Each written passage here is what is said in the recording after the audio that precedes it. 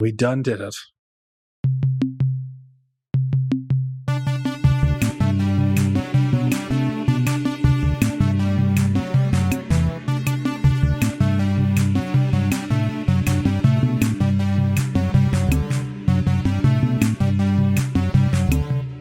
This time we watched Season 3, Episode 12, Gamera vs. Guiron. Gamera! Gamera! Oh, I believe in Gamera. Happy Gamuary, Adam! Yeah. We've watched 10 of these. Everything is forgiven. Everything is forgiven. I'm sold on Gamera again. This episode has brought the joy of Gamera back to me. Well, that's good. That's good. The Gamuary spirits are flying high and not tired at all. But we'll get to Gamera and his celebratory month. And it turns out 1 out of every 10 episodes that might make it worthwhile to celebrate. We are recording this before we've released the KTMA episode and before I've even sat down to edit it because it's been a crazy month. So I guess, do we have any follow-up or news to report? I guess other than the podcast is ending. What? For a month. Oh, yeah. For a month. No. Or maybe, or something like that. We last year after Gamuary, we had a little like special episode made up of some of the bonus bits, and I think we're going to do something like that again. We you can tell how we're busy. We're real busy with our other parts of our lives, and there's a reason why these Gamera episodes are coming out so late, and we just need a little breather to catch up with ourselves. Yeah, we'd like to retreat into our shells and spin away. Speaking of spinning away, you have some big news. Oh, yes. As I guess will only be relevant to the people who listen to this podcast who I know personally. But yeah, I am moving. I have lived in Ontario for several years, though, as longtime listeners know, I am not from there. I am from Newfoundland, and I am making a much-needed return to Newfoundland, where I will surely die. And all mortals do. Yeah. In fact, it kind of reminds me. I don't know if you're familiar with this. Hey, Chris, have you read a lot of like Spanish and European comics? I've read a small number of them. Okay, well, there's this great one, see, and it's about this guy. He's trying to make it to this grand destination. He's trying to make it to the big city, but he's in just this desert, and he happens upon this friendly town. And so he goes to the bar there. He makes several acquaintances. I believe he sleeps with a beautiful woman, and then he's like, "Well, I've really enjoyed this. This is such a great place. In many ways, I would choose to live here. However, my destiny lies elsewhere. I promised myself I would go to the big city, so I must leave you all now. Oh, please don't go, sir. Please don't go." It's like, no, I must. And so he marches forward. But as he's marching forward, he gets physically sick. And in fact, the further he gets away from the town, the worse he gets. So he returns to the town, but then there's a sudden twist. There was no town. For you see, everything, including the people, are just cardboard cutouts and like facades and such. Like it's all just a theatrical set. Oh. But there's no play, there's no film, there's nothing. And as he is just kind of gathering his bearings, because he's quite physically ill, the longer he stays there, the more it starts to become real again. And so he realizes, oh, I know this town's horrible secrets, and yet there's nowhere else I'd rather be. Now, while none of my friends and loved ones are cardboard, as far as I know, what I do know is that Newfoundland is a terrible place, and yet I have no choice but to return there. I really thought that was leading up to a pun. I was really trying to figure out what you were going to land on there and, be ready for it. But no, it didn't. That was just a parable. Okay. No, it's true. Although the weird thing is my brother is always trying to get me to play poker with him. And frankly, with that, I would be cardboard. Okay, so it did lead There we go. Yeah. Newfoundland is, I've only been there as a visitor. And it's been generally pretty nice as that, but it is an island far away from everything else. So Yes. you better like your neighbors. I do. I'm literally only returning for the people, and honestly, like living in Ontario, where everyone is like scattered about in different cities. I mean, that's one of the reasons why I started a part of our Scaritage Megaphonics Canadian horror podcast. Is my closest friend when I moved here moved away. And it's like, and I even told her, it's like, hey, do you want to start a podcast just as an excuse to keep in touch? And she was all for it. And that's why we do that show. But that's just how it is. Like in Newfoundland, if I want to see people, it's like, oh, well, I live in the city. Guess where 98% of the people I know are? The city. That's true. So it's pretty doable. The only change for listeners is that we will be releasing episodes 90 minutes earlier. Yep. And a half hour more in Labrador. Time zone humor. Always the best. Always a big hit. Well, that will make our episodes in which we record in the same room even less frequent, but frankly, COVID did a pretty good job with that. So, yeah. Oh, well, I'm looking forward to being able to visit you in Newfoundland. I think we have maybe once hung out together in Newfoundland. That may be the case. I don't know. But yeah. Let's face it, Chris, you know this just as well as I do, even though you have committed to it. Ontario sucks. Everybody leaves, and everyone's all spread out. And if you stay here, unless you've bought a home, it's like you have to retire to an even smaller place where you know even fewer people. It's like, ugh, yeah, rotten. Ugh. All right, well, I think the listeners will join me in wishing you best of luck on the move and the new digs. Meanwhile, though, we got to talk about some Gamera. This time we watch Season 3, Episode 12, Gamera versus Guiron. It's the battle of the century. And do you even need to know what happens? What happens is in the title. There are children. There are space aliens. And in this dub, there are some curious accents. But yes, there's a Gamera. There's a Guiron. They fight. And guess what happens? Yes, friends. Gamera wins. Despite, at one point, it not looking so good for our favorite Toidle. But yes, there are alien hijinks, kids nearly get their brains eaten, and there's a weirdly fetishistic scene in which a child has his head shaved that has a real creepy feel to it. But otherwise, it's pretty colorful and delightful. But yes, children are saved, children are believed, Gamera wins. The end. Meanwhile, on the Satellite of Love, it's lunchtime, everybody, and Crow and Tom Servo are comparing what their moms or dads put in their officially branded MST3K lunch boxes. Crow offers to trade one of his jock shakes, but Tom can't have that. His dad thinks he's too husky. Oh, and there's a note from Tom's mom about how proud he makes her. Oh, Tom, we're all proud of you. Down in Deep 13, today's invention is a new centerfold for Psychology Today. Some spicy Rorschach tests.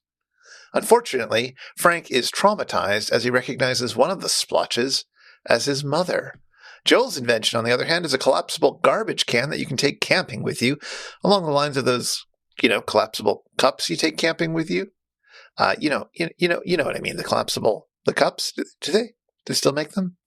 Anyway, he's also working on a collapsible porta potty. Segment 2 is just Joel and the bots singing the Gamera song, and it's glorious. And segment 3 features Joel doing a magic trick, cutting the crow in half.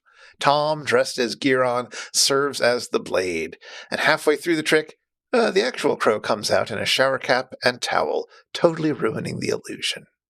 Segment 4 features the Satellite of Love Wooster Group presenting a review of the life of Richard Burton, featuring yet more of Crow's delightful Richard Burton impression.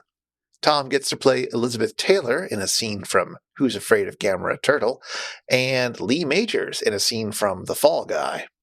In summary, Richard Burton was apparently one of the good dead ones. After the movie, Joel and the bots sing the Gamera song again, because why wouldn't you? And then we cut to Deep 13, where piano guy Michael Feinstein is entertaining the Mads by twinkling the ivories and telling tales of Cole Porter and Oscar Hammerstein. Feinstein walks us through the Gamera song, explaining exactly how it was put together. Oh, it's delightful. So naturally, Dr. F kills him. The end.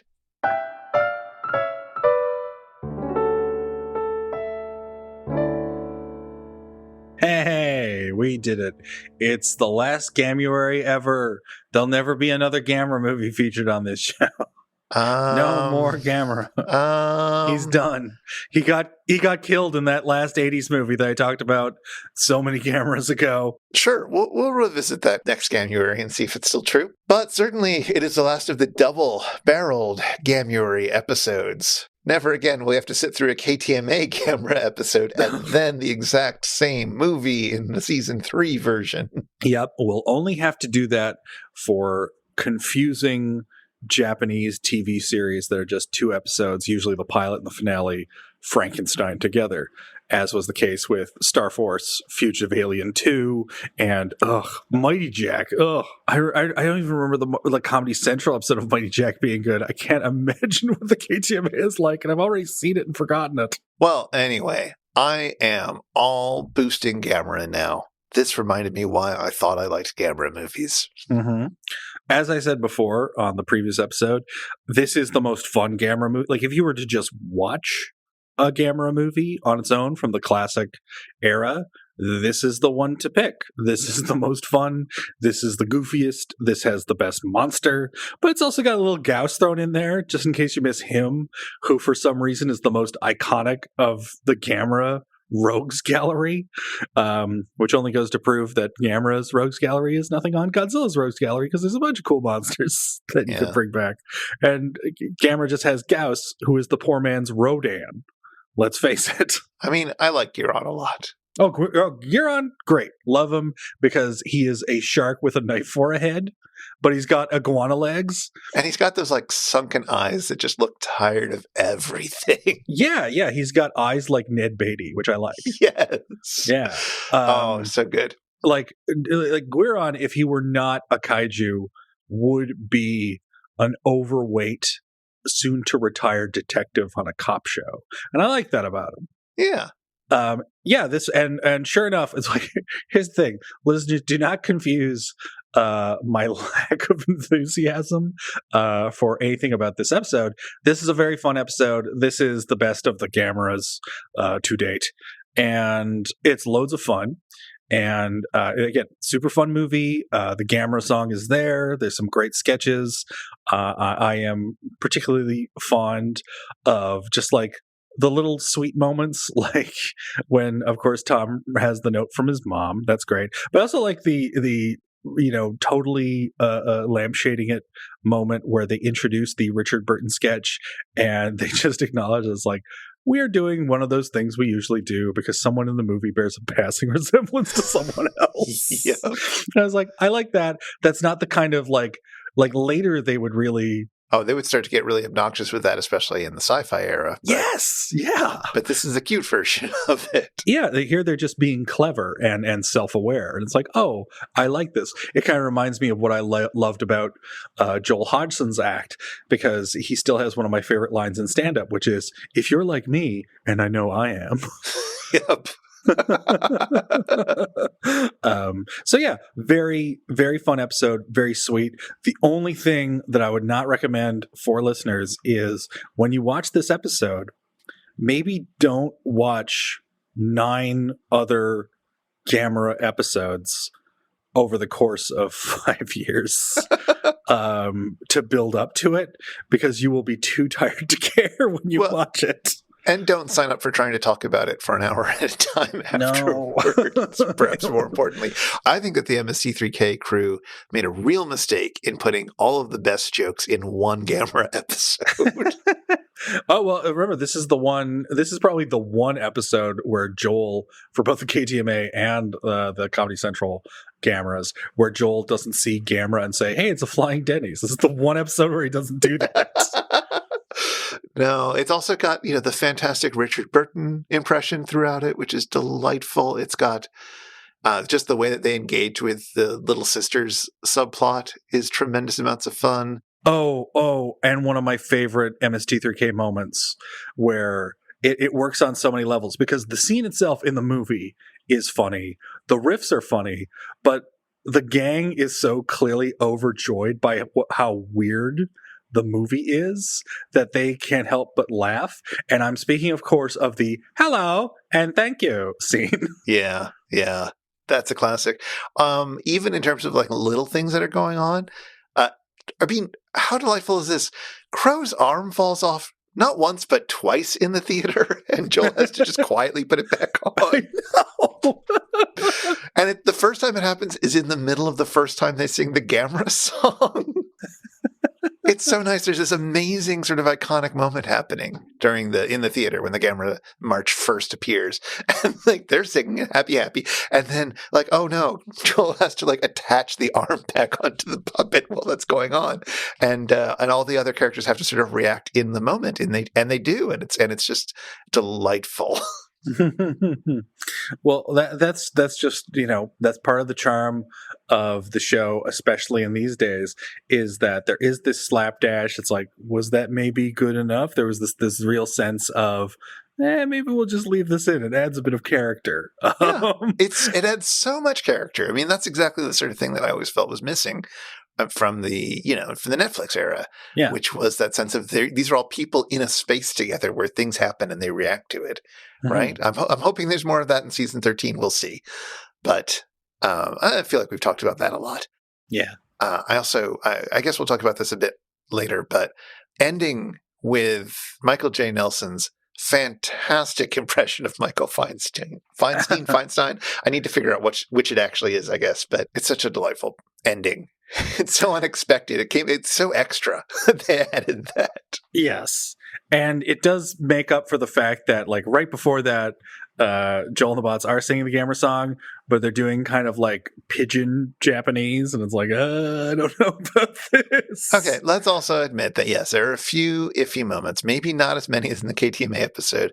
There's a repeat for some reason of a joke about how if the aliens eat the kids after an hour, they'll be hungry again.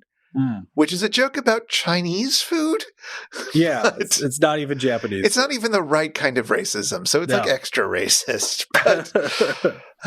But again, that's if things could be worse. It could definitely be better. I'm not trying to let them off the hook for that, but there's still hopefully plenty to enjoy in the episode, despite a few really unfortunate little moments. Yes, and that's kind of what that's the best you can ask for, really, from a comedy show from the 90s. It's like, we encounter this stuff pretty rarely, weirdly enough, in the early 90s more than the later 90s, but that's true. Like, how often are you watching MST3K and going like, ugh, I'm embarrassed by how much I like this? It's like, for the most part, we don't really see that.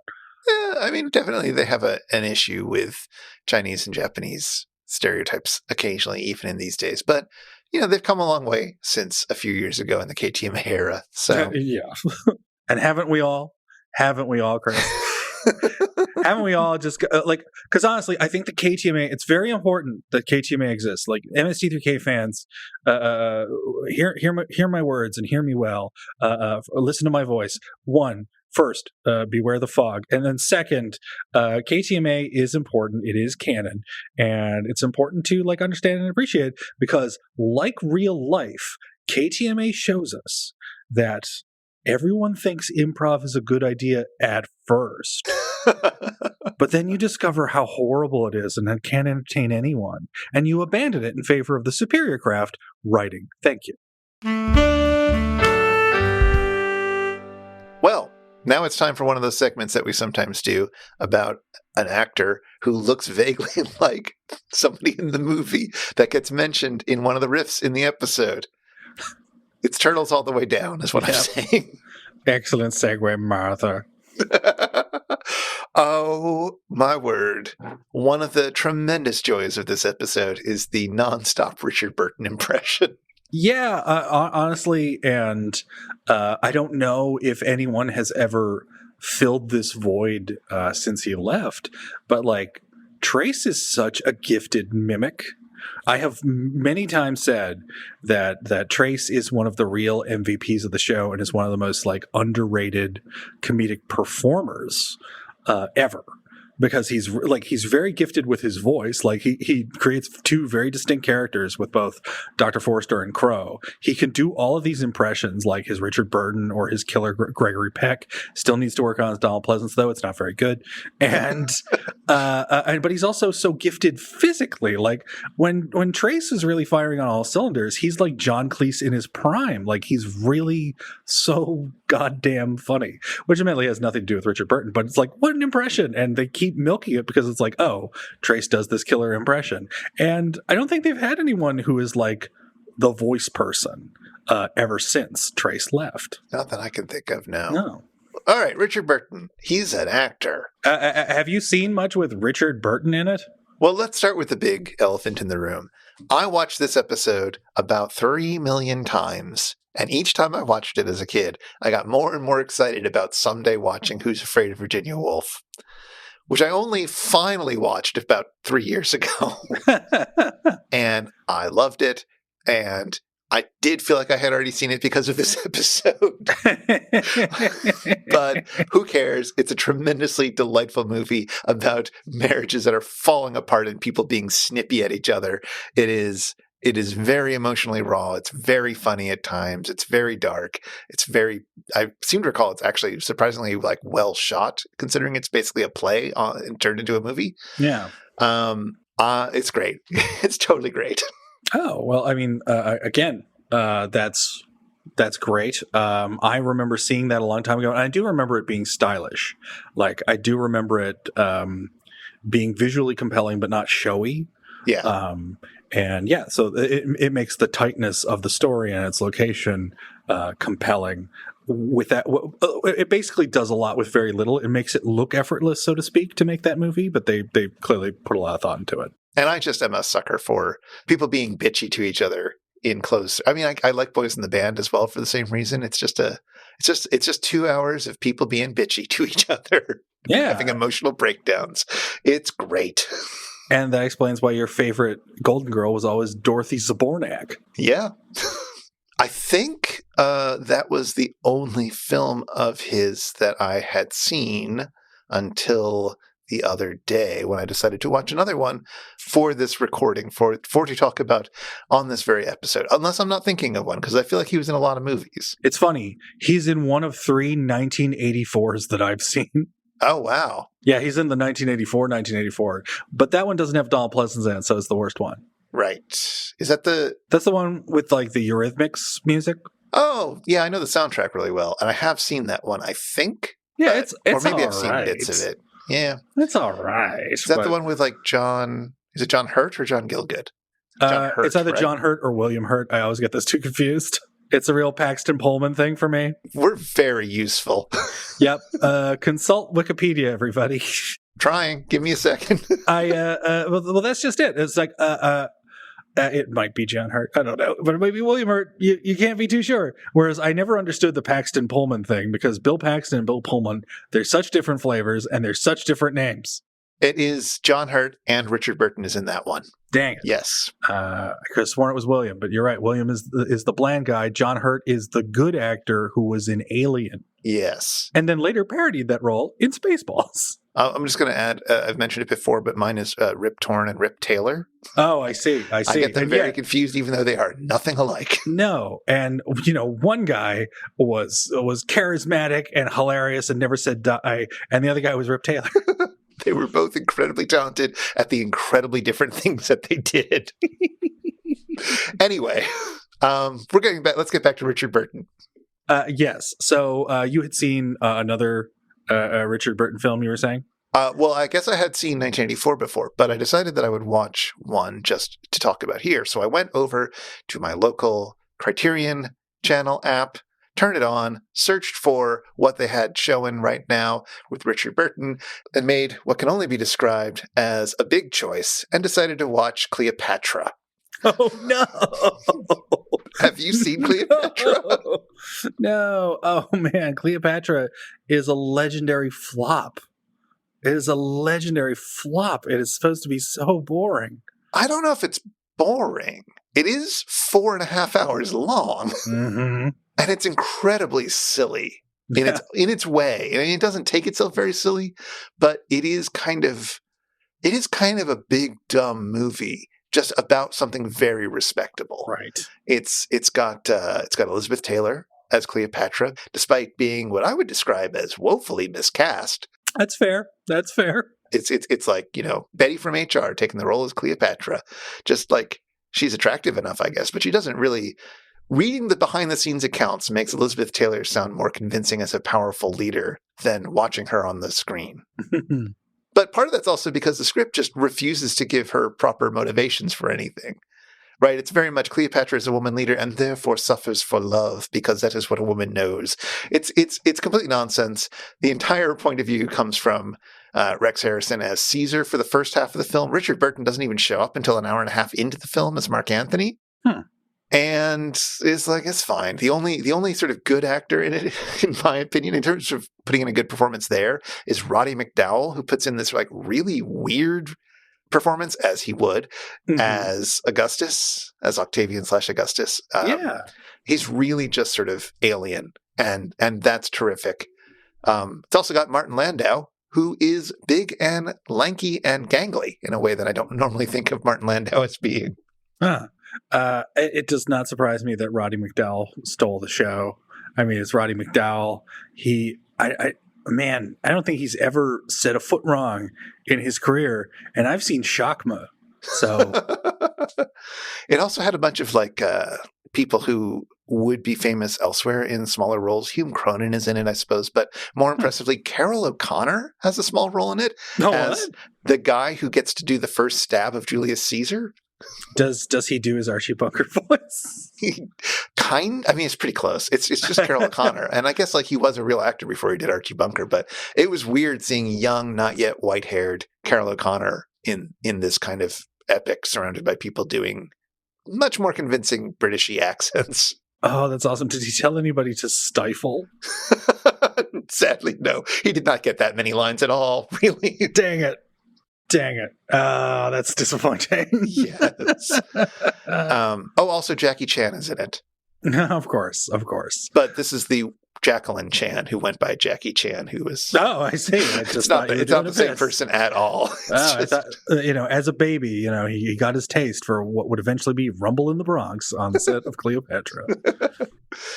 But yeah, I don't recommend it. Although it is a big, silly movie. In fact, it reminded me as I was watching it, like, this is a big, silly movie with a lot of spectacle, a lot of really great cinematography, a lot of spectacle in it, sort of dumb plotness, not very thoughtful in terms of how it's put out, even though it's dealing with high-class Roman history type material. It is kind of just as dumb and pretty as a good print of Gamera versus Guiron is. Yeah, that makes sense. I wonder if Richard Burton just was naturally attracted to silly things. I mean, he was naturally attracted to alcohol, as I understand it. Most definitely, because that fueled one of his decisions that I ended up watching, a movie that I delight in, though I cannot say is good, but I will say is entertaining. And that's a little movie called The Exorcist 2, The Heretic. Ooh, that's not like The Godfather 2. Yeah, it's one of those weird cases where The Exorcist is very famous. Exorcist 3 is very famous. Both are celebrated and considered pinnacles of the genre. But Exorcist 2 is like, well, I remember when I first found out there was an Exorcist 2, I was like, wait, what? It was just so shocking because, one, it's like, how do you continue that story? It's done. But whereas Exorcist 3 does continue the story from the original author and does so in a really clever and interesting way, where the side characters from the first book and film are the main characters and are essentially involved in a storyline that seemingly is, well, a police procedural that has like nothing to do with the events of The Exorcist. Surely enough, they are tied deeply to the events of The Exorcist. So it's like, oh, it's a clever and interesting way to do a sequel. Exorcist 2, on the other hand, has this baffling idea that is the central focus of the movie. which is that great good invites great evil and thus destroys the point of the original film. The whole idea of the original Exorcist is that Satan was not taking over the purest and goodest, or not Satan, but a demon was not taking over the purest and goodest of all people when it took over Regan McNeil, a little girl. It had just picked someone innocent at random, someone vulnerable. And Exorcist 2 is like, actually, it's a very present day idea. I'm surprised they came out with it in the 70s. But Exorcist 2 posits that it's like, no, you see, Regan McNeil, the reason she was chosen is that she's a totally take no prisoners girl boss who does it for herself. And it's like, whoa, no, you've ruined it. Richard Burton shows up as a priest who is essentially trying to save Regan from further demonic encounters and investigate the nature of what killed Father Marin in the original film. And boy, what a cast. Richard Burton, James Earl Jones, Ned Beatty has a cameo, and Louise Fletcher. It's like an astoundingly bad movie. There are close-ups of locusts. Ennio Morricone did the score, and half the time it's like he forgot he was making Exorcist 2 and decided to score a Western. It is such a bizarre film, and Richard Burton is one of the many reasons it's bizarre, because as Linda Blair reported in interviews, it's like, well, that's the reason she signed on to do it. She wanted to work with Richard Burton, but though he was very like sweet and kind to her, he also got progressively drunk throughout the day. So you'd start off fine with Richard Burton, but he'd dip in and he'd continue to dip in, and he would just get worse and worse and worse. And the movie shows this because Richard Burton is sweating constantly and just looks confused in every scene. So if you're looking for something that'll show off Burton's talent, it's like, well, he stands, but he wobbles. He sweats all the time, and he's bug-eyed a lot. His voice is kind of deep, and I guess that's cool. But it's an amazingly weird movie that features, and I kid you not, Linda Blair's character has been relocated to a facility for special children. And because demonic possession, I guess, is considered a learning disability. Fair, I don't know. Fair. And so all of these special needs children are in this bizarre Star Trek-esque set. It honestly looks like it's got this honeycomb look to it, and the ceiling actually looks like the transporter pad, like the top of the transporter pad on Star Trek or Star Trek The Next Generation, where there's like a light that indicates where someone is supposed to stand. There are all these circular lights everywhere, and it gives it this weird honeycomb pattern. There is a large foam nut, as in a nut that would be on like a machine, like a nut that you fasten with. Yeah, nut and a bolt. And there's this weird, it's just a fun nut that a kid will always be pushing in the background of every scene. And I was like, was this like a toy? Is this a tie-in? It's like, you've seen Exorcist 2. Now buy the nut. Get your nut with Exorcist 2. But it apparently didn't exist, and it was just made for the movie. And yeah, there is an incredibly bad taste scene in which to show that Regan McNeil is actually a force for God, and that's why a demon tried to possess her in the first film. She cures a girl of autism. Oof. Yeah. It's like, oh God, no. And that girl was like one of the Facts of Life girls, I think. Oh. Yeah. Was it Tootie? No, it wasn't Tootie. It's never Tootie. I did a quick Googling, and it turns out that the reason why Exorcist 2 is so like radically different from the first movie, it's actually just a quickie reskin of a Japanese film called Yume Kojo Doki Doki Panic. It just changed all the characters to fit in with the existing IP.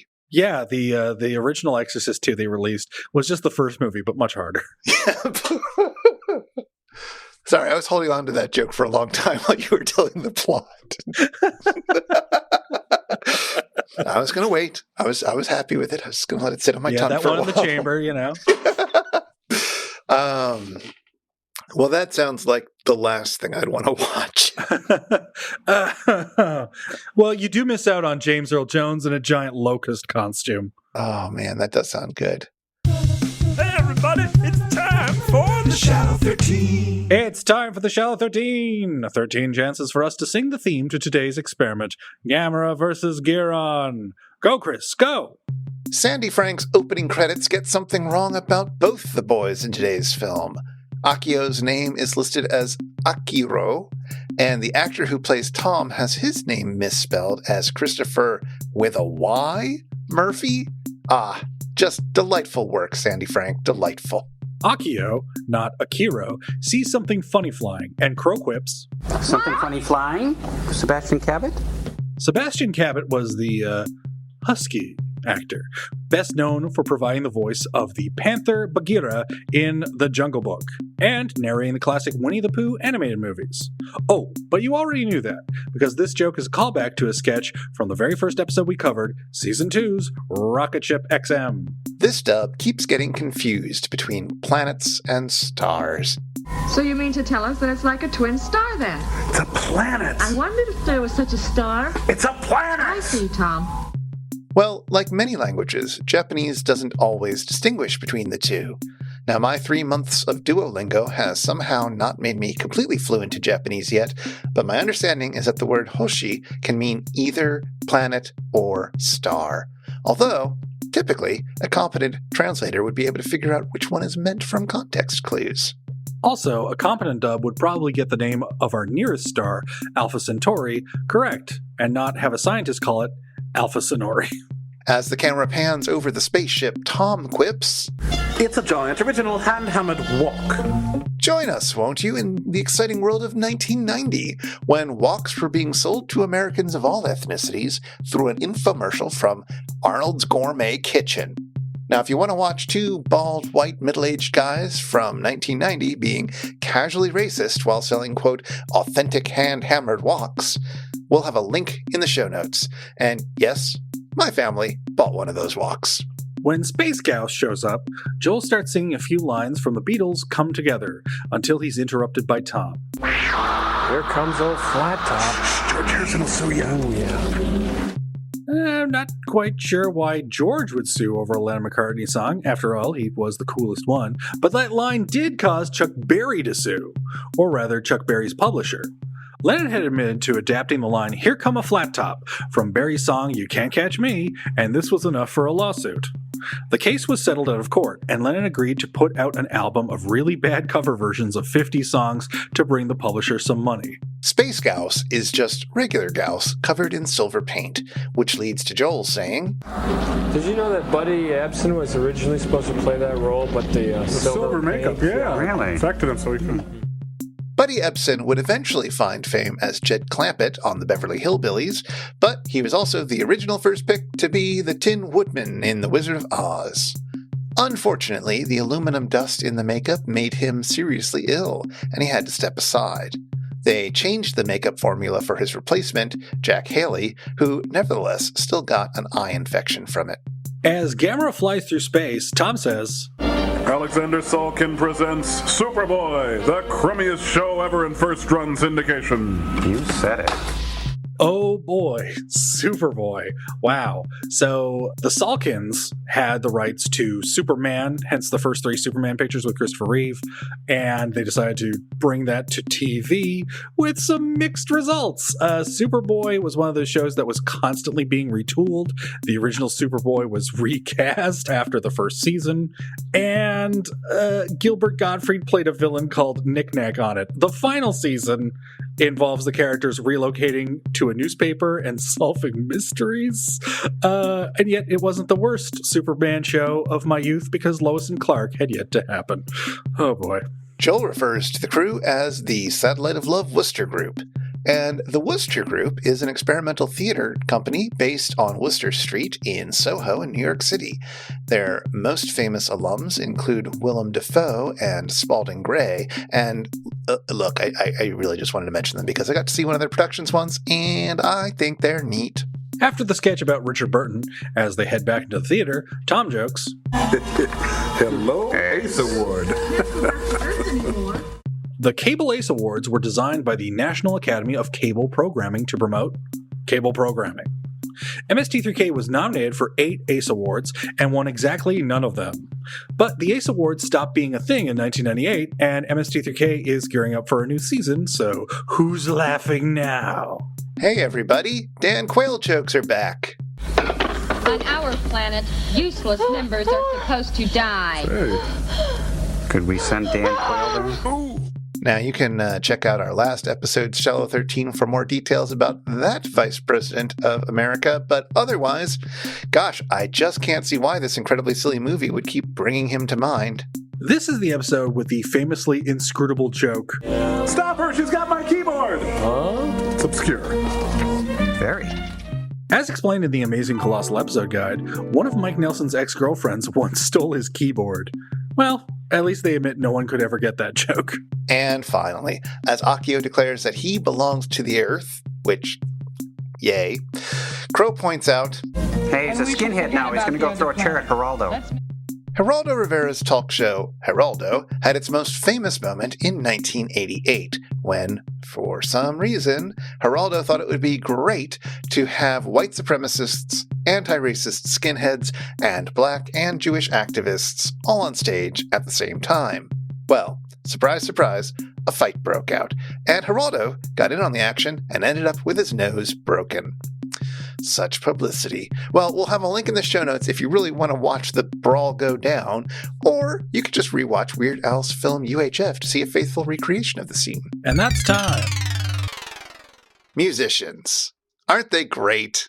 Yeah. I mean, that's why we call them musicians. We are amused by them. If we didn't like them, we would boo them. They would be boo-musicians.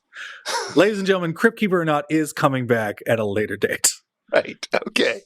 We got some musicians mentioned, one of them in a passing joke, as is so often the way, and one of them lovingly caricatured at the end of the film. And I think there's a little something these musicians have in common. Well, I cannot speak to Michael Feinstein or Feinstein, but I have been exposed to Mark Russell, regrettably. This will never do. Oh no, it's a Mark Russell song! Run! And I almost never recovered. My exposure to Mark Russell was so painful that I had an instant dislike of Tom Lehrer until I actually listened to Tom Lehrer, because I thought he was Mark Russell. Fair enough. Because Mark Russell is Tom Lehrer, but bad. But he was on every PBS pledge drive. You always had Mark Russell going about like the latest, most superficial political observation. And it's funny, I was trying to remember a Mark Russell song that I heard. I was like, oh yeah, didn't he have that song called The Deficit Rag? Oh, it's the deficit rag. Oh, the deficit rag. And then I remembered, no, that's from the Simpsons episode where Lisa goes to Washington for an essay writing contest, and they're making fun of Mark Russell. Yes.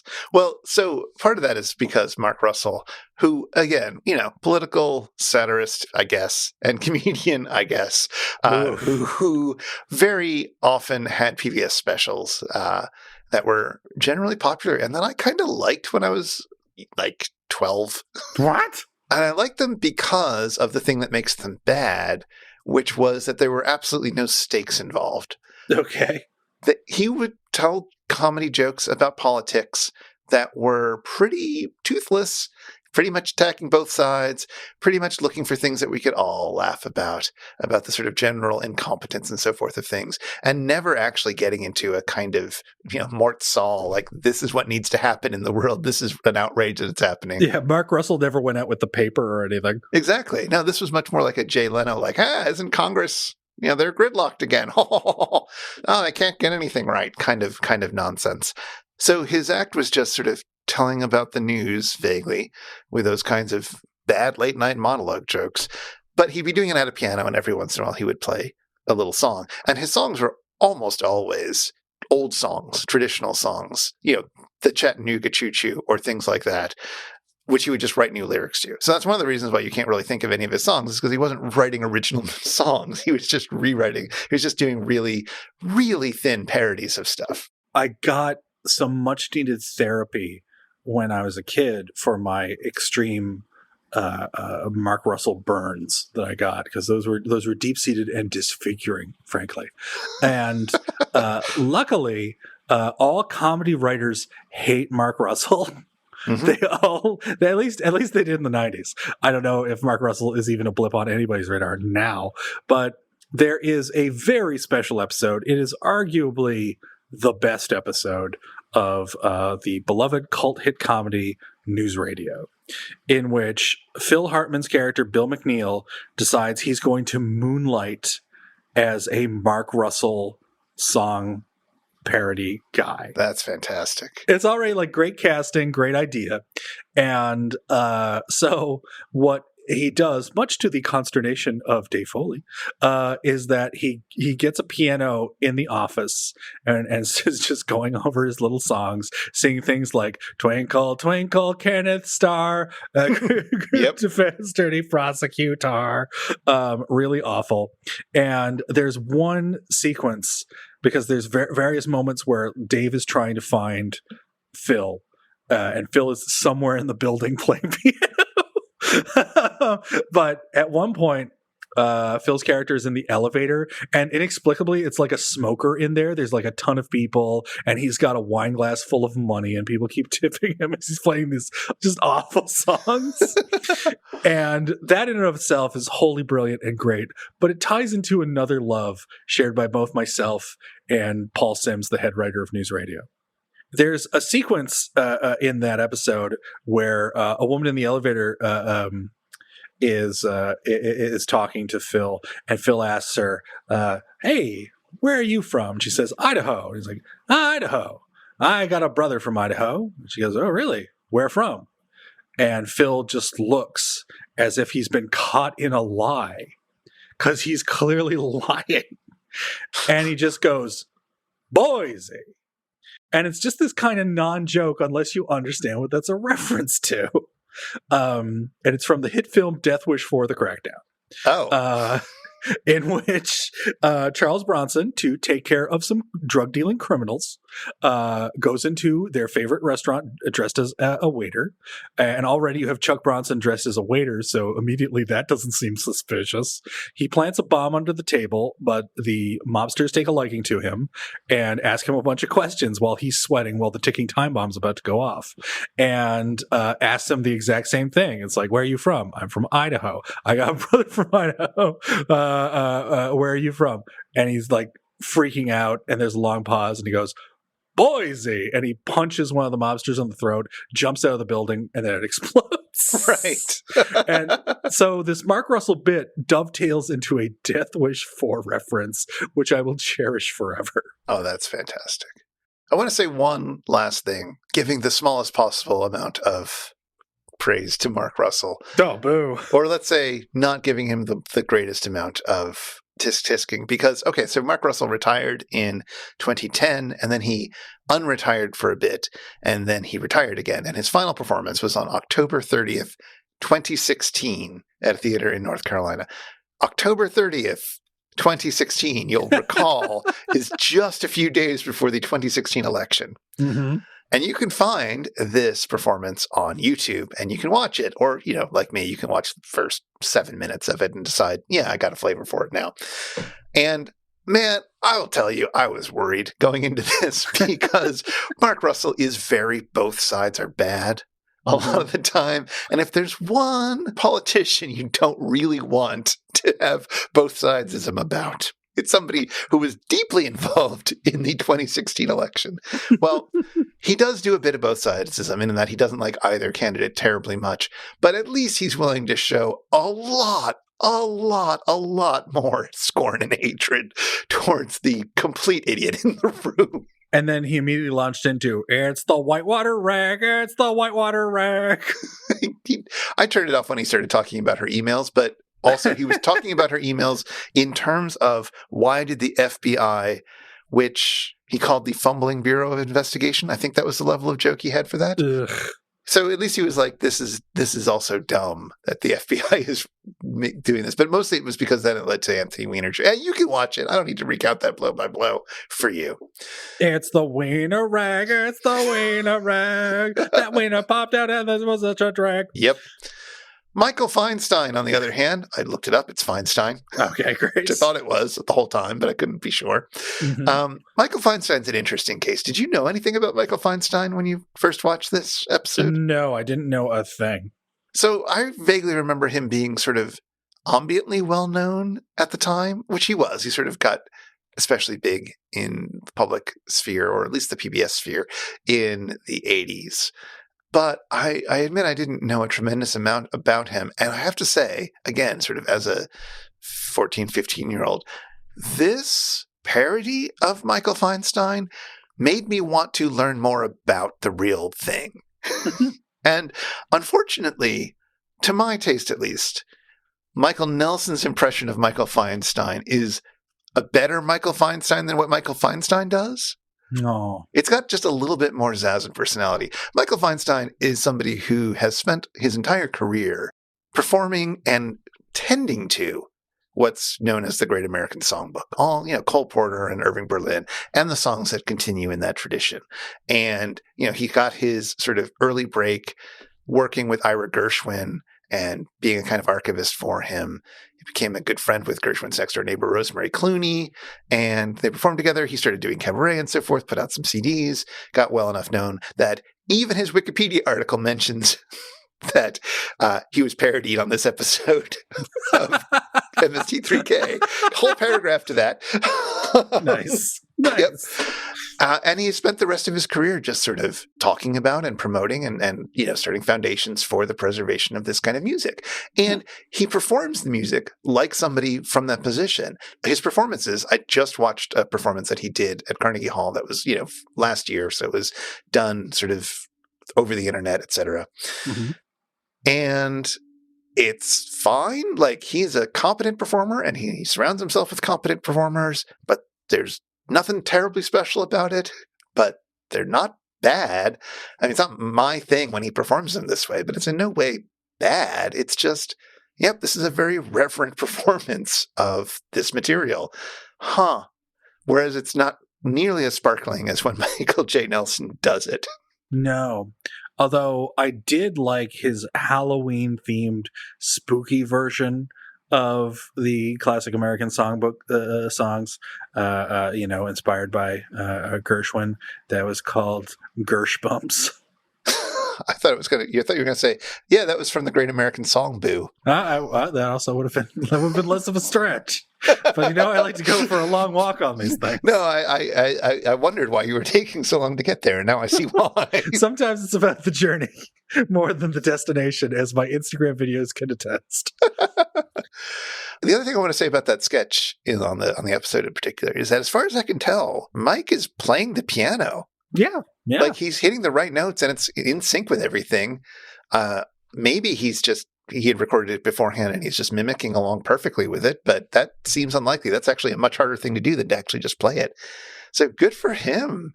Yeah. Well, I mean, an ex-girlfriend may have taken his keyboard, but not his talent. Okay, Adam. Although I'm entirely on board with doing every Gamera episode once again, I think we have finally had almost everything that we could really say about these 10 episodes said. But do we have one final Gameroidal factoid before we kiss goodbye to this version of our Gamuary traditions? As a matter of fact, we do. There's a great riff that occurs when the kids are flying through space and they see a meteor. And of course, Gamera splits the meteor or what have you. But it almost crashes into the kids. And Joel says something to the effect of, "Welcome to General Cinema." Welcome to General Cinema. Please dispose of trash. Oh, yeah. And this will be familiar, I think, less for people who are watching the show at the time in order, and more for people who listen to this show, because very early on we watched Teenagers from Outer Space, which featured a delightful but a sketch that I once found really baffling, in which Joel and the bots launch snacks into space so they can enter a big floating garbage can, and they all sing this little song. And that is a reference to the opening for the General Cinemas chain of movie theaters that had this standard opening that would announce that the movie is starting and that there's no smoking in this theater, and would have snacks flying into space with kernels of popcorn popping into big puffs of popcorn, and a big empty Pepsi drink carton would fly into a garbage right before you got the no smoking sign, and before going to the General Cinemas logo and its far more majestic, less playful theme.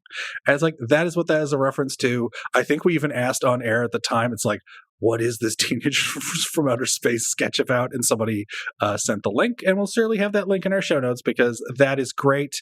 Whenever I have had to edit something that for non-professional reasons, I have often tacked on the General Cinemas intro to start the video for no other reason than I like it so much. Yeah, no, it's really great. We'll put in a link for that trailer if you haven't if you didn't grow up with it, and if asteroids don't make you hungry for caramel coated popcorn.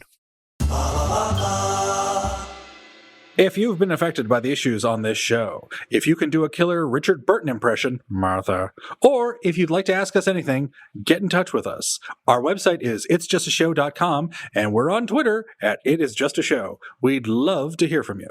This show is made possible by listeners like you.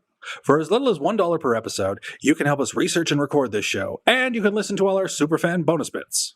Find out more at itsjustashow.com/Patreon or patreon.com/itsjustashow. And if you want to follow up on anything that was mentioned today, you'll find links in our show notes at itsjustashow.com/episode/109.